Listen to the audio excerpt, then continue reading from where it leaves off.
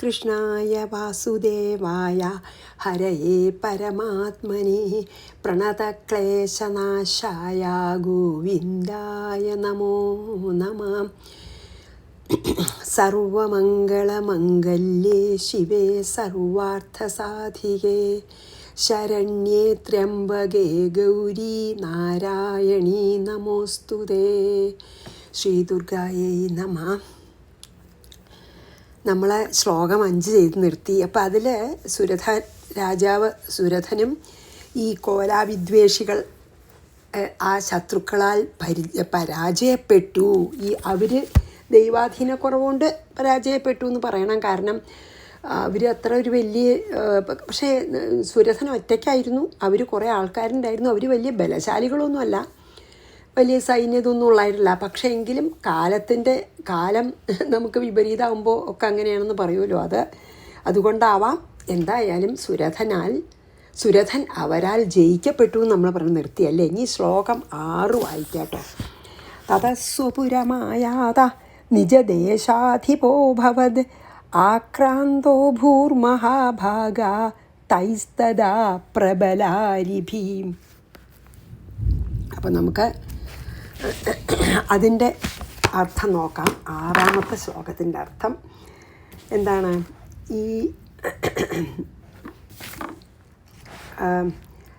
തഥാ തൈഹി പ്രബലാരിഭി, അപ്പോൾ ആ പ്രബല ശത്രുക്കളാൽ ആക്രാന്ത സ മഹാഭാഗ, ആക്രമിക്കപ്പെട്ടവനായിട്ടുള്ള ഈ സുരഥൻ തഥാ സ്വപുരമായാത, പിന്നെ തൻ്റെ നഗരത്തിലേക്ക് തന്നെ അല്ലെങ്കിൽ രാജ്യത്തിലേക്ക് തന്നെ മടങ്ങിയിട്ട് നിജദേശാധിപ അഭവൽ, അവിടുത്തെ മാത്രം ദേശാധിപതിയായിട്ട് ഭവിച്ചു എന്ന് പറഞ്ഞാൽ തൻ്റെ ദേശത്തിൻ്റെ അധിപനായിട്ട് ആ പ്രബല ശത്രുക്കളാൽ പരാജയപ്പെട്ട ആ മഹാഭാഗൻ മീൻസ് അസുരഥൻ അതിനുശേഷം സ്വന്തം പുരത്തെ പ്രാപിച്ച്, അതായത് തൻ്റെ ദേശത്തിൻ്റെ അധിപനായിട്ടിരുന്നു എന്നാണ് ആ വാക്കിൻ്റെ, അതായത് ശ്ലോകത്തിൻ്റെ അർത്ഥം അത്രയുള്ളൂ കേട്ടോ.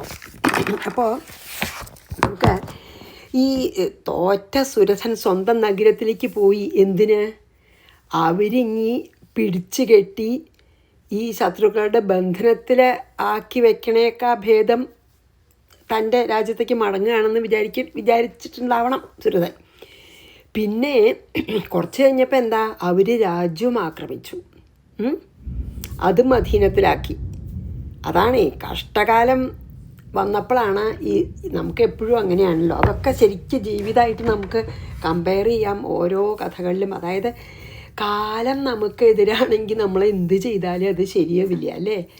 അതുപോലെയാണ് കഷ്ടകാലം വന്നു. അപ്പോൾ സുരഥൻ പരാജിതനായി.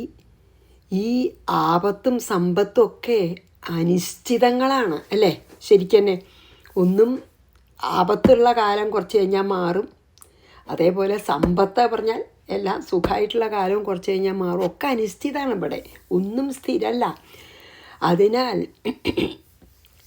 അതും കൂടിയും പറയുന്നുണ്ടപ്പോൾ ഈ ശ്ലോകത്തിൽ ഇൻഡയറക്റ്റായിട്ട് നമ്മളോട് പറയണത് എന്താണ്, ഈ തൽക്കാലത്തെ ജയാപജയങ്ങളൊക്കെ വെറുതെ ഒരു കുറച്ച് ദിവസത്തേക്ക് മാത്രം നിൽക്കുന്നതാണ്. അപ്പം നമ്മൾക്ക് അതിനേക്കാളധികം നമ്മളെ പുനരാവർത്തിരഹിതമായ മോക്ഷം തന്നെ ആവണം നമ്മുടെ ആത്യന്തിക ലക്ഷ്യം എന്നുപോലും ഒരു ധ്വനിയുണ്ട് അതിൽ.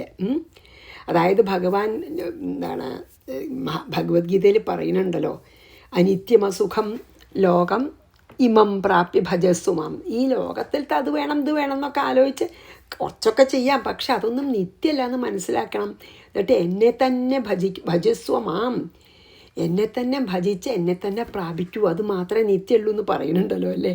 അപ്പോൾ ഇവിടെ ഞാനത് പറഞ്ഞു എന്നേ ഉള്ളൂ. അതായത് സുരഥൻ അവരാൽ പിന്നെ തോൽപ്പിക്കപ്പെട്ടപ്പോൾ പിന്നെ ഒന്നിനും നിന്നില്ല, വേഗം തൻ്റെ രാജ്യത്തേക്ക് തന്നെ അങ്ങോട്ട് പോകുന്നു. ഇനിയിപ്പോൾ അവർ രാജ്യവും പിടിച്ചിട്ട് കിട്ടോ.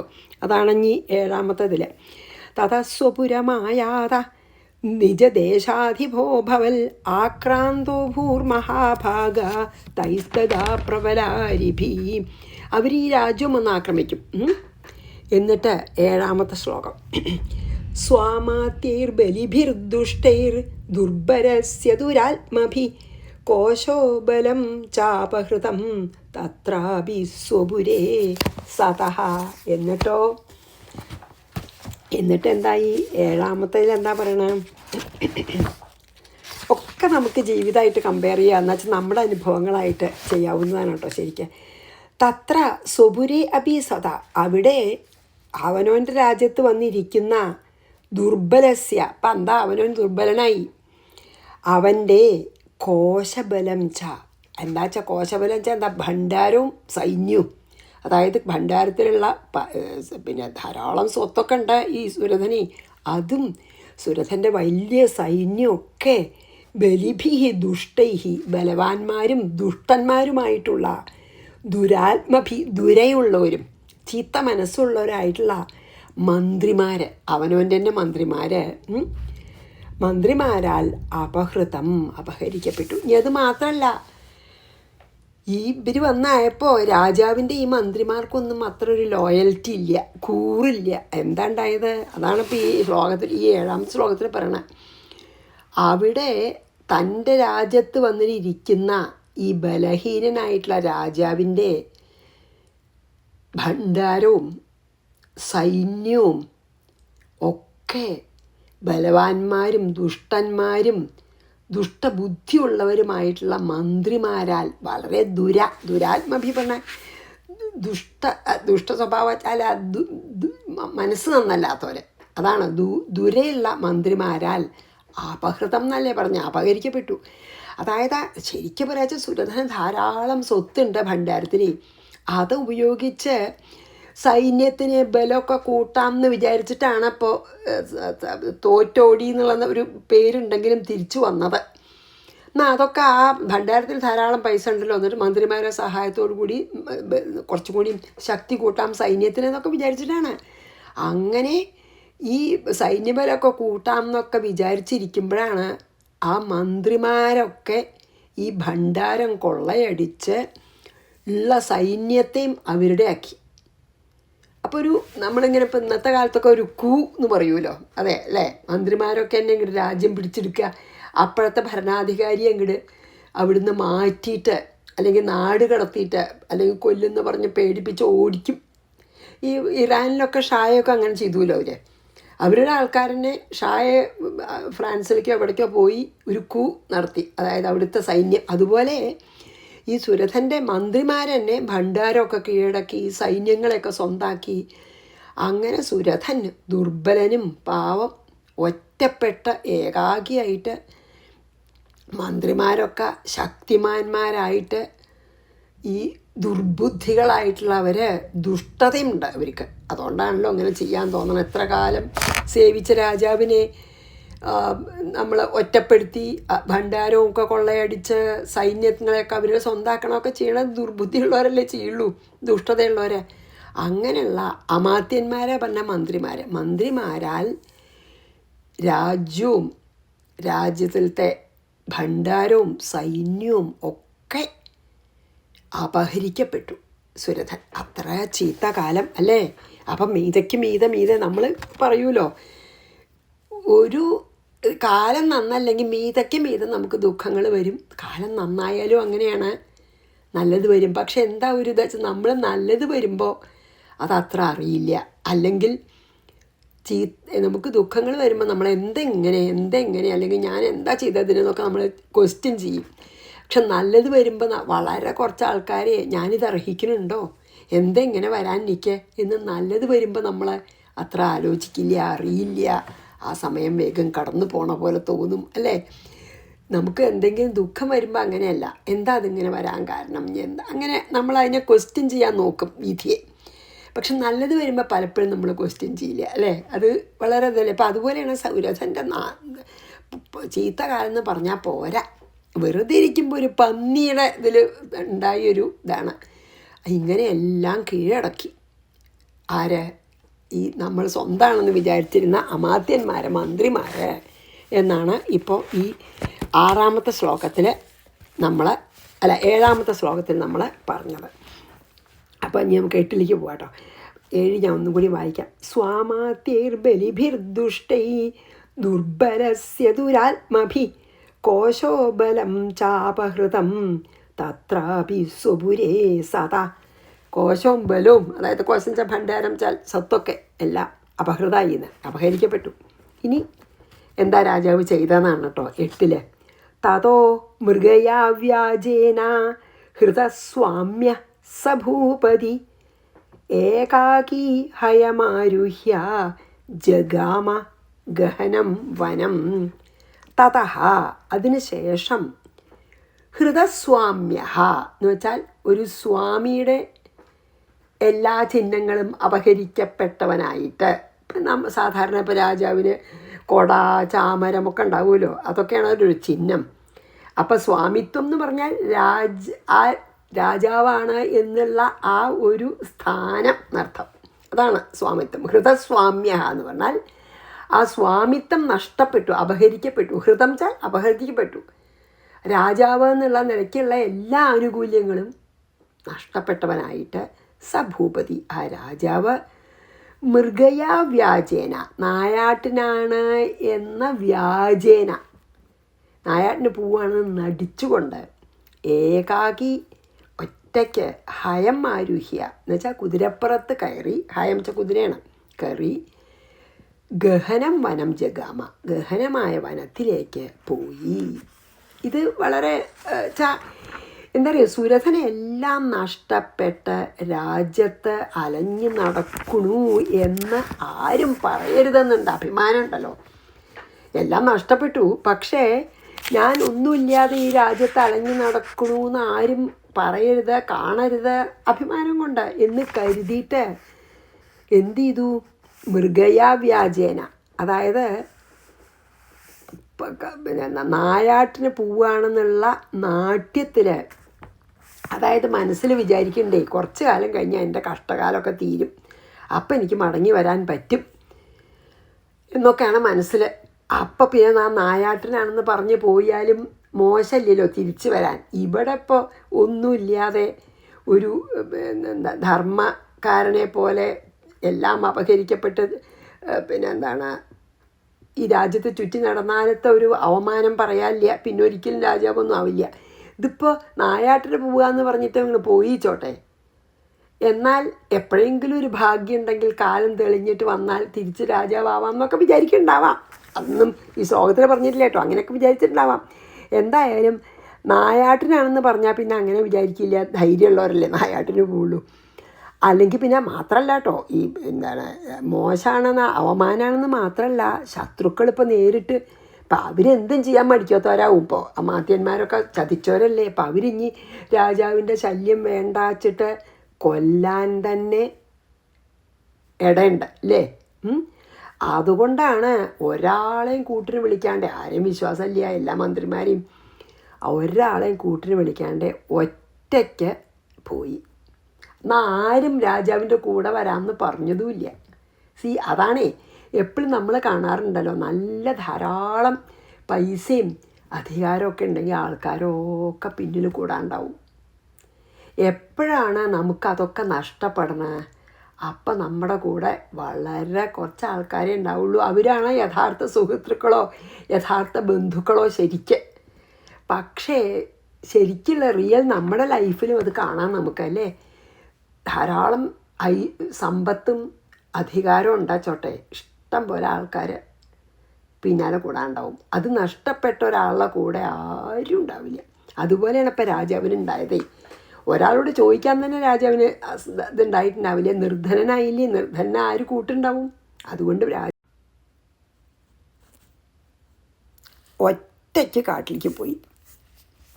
അപ്പോൾ അങ്ങനെയൊക്കെ നമ്മുടെ ജീവിതത്തിലും അങ്ങനെ നമ്മൾ കാണുമല്ലോ അല്ലേ. പാവം അങ്ങനെ ഒറ്റയ്ക്ക്. അതാണ് ഈ 8 പറഞ്ഞത് കേട്ടോ. തതോ മൃഗയാ വ്യാജേന ഹൃതസ്വാമ്യ സഭൂപതി ഏകാകി ഹയമാരുഹ്യ ജഗാമഗഹനം വനം. അതിനിടയ്ക്കൊരു ഫോൺ വന്നു കേട്ടോ, അത് സോറി ആ ഡിസ്റ്റർബൻസിന്. ഇനി 9 സ തത്രാശ്രമമദ്രാക്ഷീത് ദ്വിജവര്യസുമേധസ പ്രശാന്തശ്വാപദാകീർണം മുനി ശിഷ്യോപശോഭിതം. അതെന്താണ് 9 പറയണേ? സ തത്ര, അപ്പം അവിടെ ദ്വിജവര്യ സുമേധസഹ ദ്വിജവര്യൻ എന്താ? ബ്രാഹ്മണ ശ്രേഷ്ഠൻ അല്ലേ? ദ്വിജൻ ചാൽ രണ്ടാം ജന്മം എടുത്ത ആളെന്നല്ലേ അർത്ഥം. അപ്പോൾ അത് ഇപ്പം ഈ ഉപനയനമൊക്കെ ആണ്, ഉപനയനം കഴിഞ്ഞിട്ട് ബ്രഹ്മചാരി ആവണതാണല്ലോ രണ്ടാം ജന്മം എന്ന് പറയുന്നത്. അപ്പം അത് കഴിഞ്ഞ് പിന്നെ സമാവർത്തനം കഴിഞ്ഞാൽ ബ്രാഹ്മണനായി, അതായത് ബ്രഹ്മജ്ഞാനം കിട്ടിയാൽ ബ്രാഹ്മണനായി. അപ്പോൾ ഈ ദ്വിജവര്യൻ ബ്രാഹ്മണ ശ്രേഷ്ഠനായിട്ടുള്ള സുമേധസ് എന്ന് പറഞ്ഞൊരു മഹർഷിയുടെ പ്രശാന്തശ്വാപദാകീർണം, അതായത് ശാന്തമായ ഹിംസ്രജന്തുക്കളാൽ നിറഞ്ഞ, അതല്ലേ അത്ഭുതം, ഹിംസ്രജന്തുക്കളാണ് പക്ഷെ ശാന്തമായിട്ട് നിൽക്കണു അവർ. മുനിശിഷ്യോപശോഭിതം, ധാരാളം മുനിമാരാൽ ശോഭിക്കപ്പെടുന്ന ആശ്രമം അദ്രാക്ഷീത്, ആശ്രമം കണ്ടു. ഇദ്ദേഹം കാട്ടിലേക്ക് മൃഗയാവ്യാജേന, അതായത് നായാട്ടിനാന്ന് പറഞ്ഞ് പറഞ്ഞുവല്ലോ. അപ്പം എന്താണ് ഇതിലിപ്പോൾ എന്താ പറയുക വെച്ചാൽ, ഈ 9-ാം ശ്ലോകത്തിൽ എങ്ങനെയാണ് സുരഥൻ എന്ന രാജാവിന് സത്സംഗം കൊണ്ടുള്ള അനുഗ്രഹം കിട്ടിയതെന്നാണ് ഇനി പറയാൻ പോണത്. അതായത് ആശ്രമം കണ്ട് ദൈവാനുഗ്രഹം, അതായത് എന്തോ ഒരു ദൈവാനുഗ്രഹം കൊണ്ടാണ് അദ്ദേഹം ആശ്രമത്തിൻ്റെ അവിടെ എത്തിച്ചേർന്നു. ദൈവാനുഗ്രഹം കൊണ്ട് ഈ കാട്ടിൽ ഹിംസ്രജന്തുക്കളെ ഒന്നുമല്ല ഈ രാജാവ് കണ്ടത്. ദൈവാധീനമുണ്ട്, കുറച്ച് സുഹൃതുണ്ട്, പൂർവ്വജന്മ സുഹൃതുണ്ട്. കാട്ടിൽ ചെന്നപ്പോൾ ഹിംസജന്തുക്കളെ കണ്ട് അവരുടെ പിന്നാലെ ഓടേണ്ടി വരുമെന്നല്ല ചെയ്തത്. ഈ ആശ്രമം കണ്ടു. അതും ഒരു നല്ല ശാന്തമായിട്ടുള്ളൊരാശ്രമം. ആരുടെയാണ്? ബ്രാഹ്മണ ശ്രേഷ്ഠനായിട്ടുള്ള സുമേധസ് മഹർഷിയുടെ. എങ്ങനെയാണ് ശ്രേഷ്ഠനാവുക? വിദ്യ കൊണ്ടും തപസ്സുകൊണ്ടുമാണ് മഹർഷിമാർ ശ്രേഷ്ഠന്മാരാവുക. അവരുടെ ആ തപശക്തി കൊണ്ട് തന്നെയാണ് അവരുടെ ആശ്രമം നല്ല ശാന്താവും. പ്രശാന്തം എന്ന് പറഞ്ഞു, അതായത് പ്രകർഷേണ ശാന്തം, അതായത് അവരുടെ തപശക്തി കൊണ്ടാണ് ഈ ആശ്രമം ശാന്തമാവണതേ. അവർ എല്ലാവരെയും ബ്രഹ്മമായിട്ട് തന്നെ കാണണം, ബ്രഹ്മജ്ഞാനിയല്ലേ. അപ്പോൾ അത്ര ഒരു ബ്രാഹ്മണ ശ്രേഷ്ഠനാണ്. അപ്പോൾ അദ്ദേഹത്തിൻ്റെ വിദ്യ കൊണ്ടും തപസ്സുകൊണ്ടുമുള്ള ആ തപശക്തി കൊണ്ട് അവിടെ ശാന്തമായിരിക്കുന്നു. പിന്നെ എന്താ ശ്വാപദങ്ങൾ എന്ന് പറഞ്ഞാൽ? ഹിംസ്രജന്തുക്കളാണ്. അതായത് വളരെ ഈ നരി, സിംഹം അങ്ങനെ നമ്മളെ ഹിംസിക്കുന്ന ജന്തുക്കളെ ആണ് ശ്വാപദം എന്ന് പറയുന്നത്. അപ്പോൾ ആ നല്ലൊരു കൊടുങ്കാടാണ്. അപ്പം അങ്ങനെ ഹിംസജന്തുക്കളൊക്കെ ധാരാളം ഉണ്ട്, നരി, സിംഹം മുതലായൊക്കെ.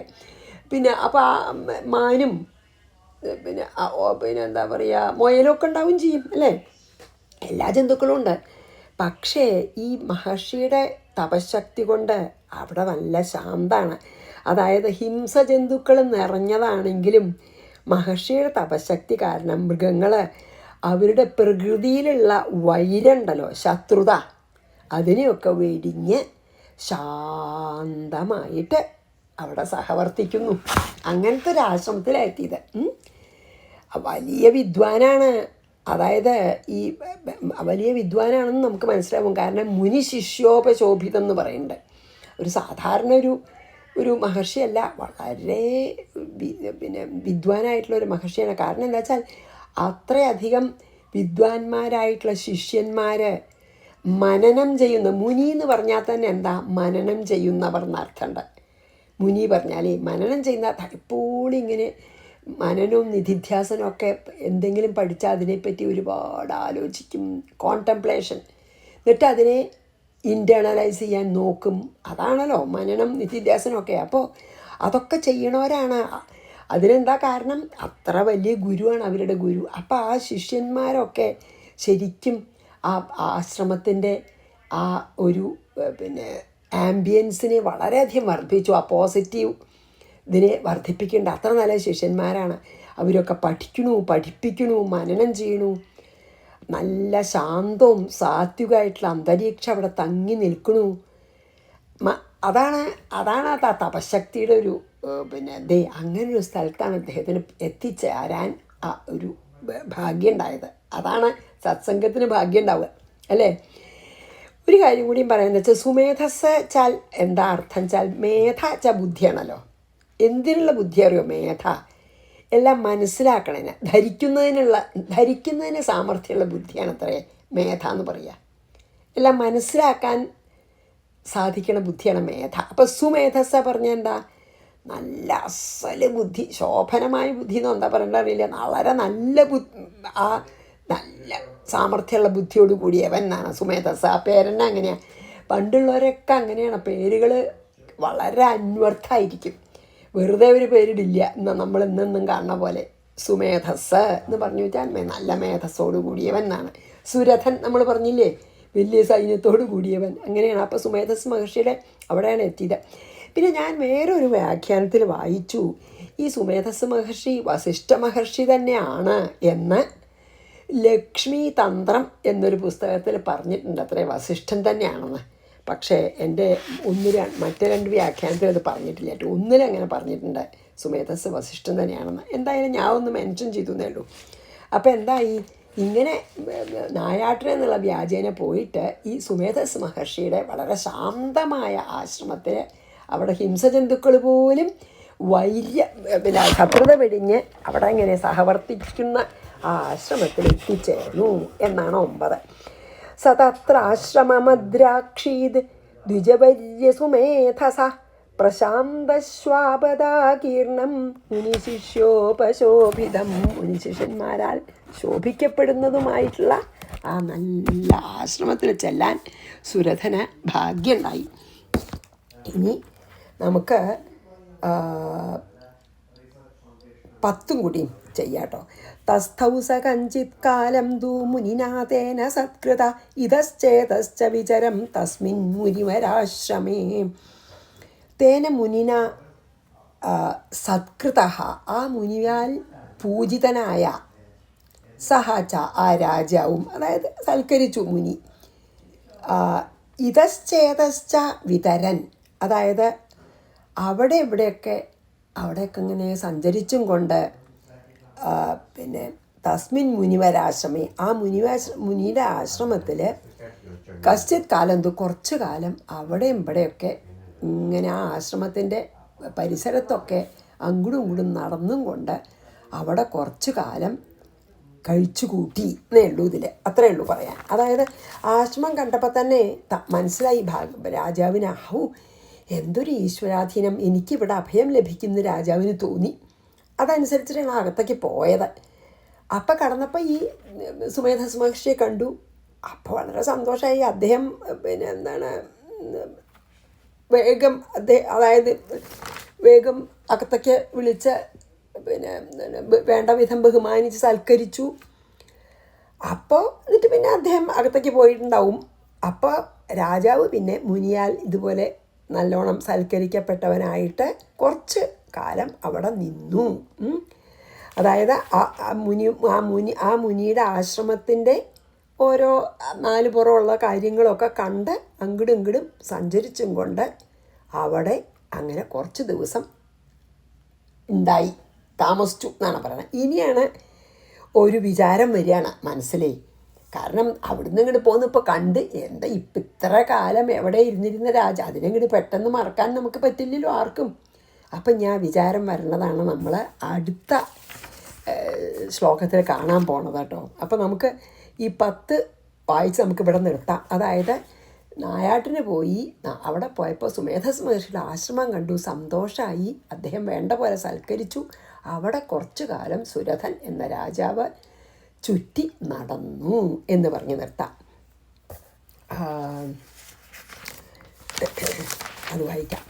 തസ്ഥൗസ കഞ്ചിത് കാലം തു മുനിനാഥേന സത്കൃത. കുറച്ച് കാലം, കഞ്ചിത് കാലം എന്ന് പറഞ്ഞല്ലോ.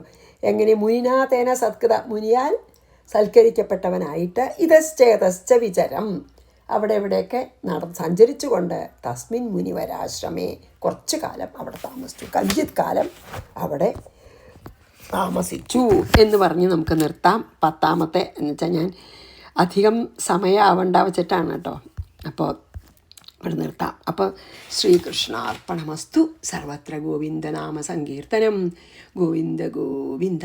ശ്രീ ദുർഗായേ നമഃ.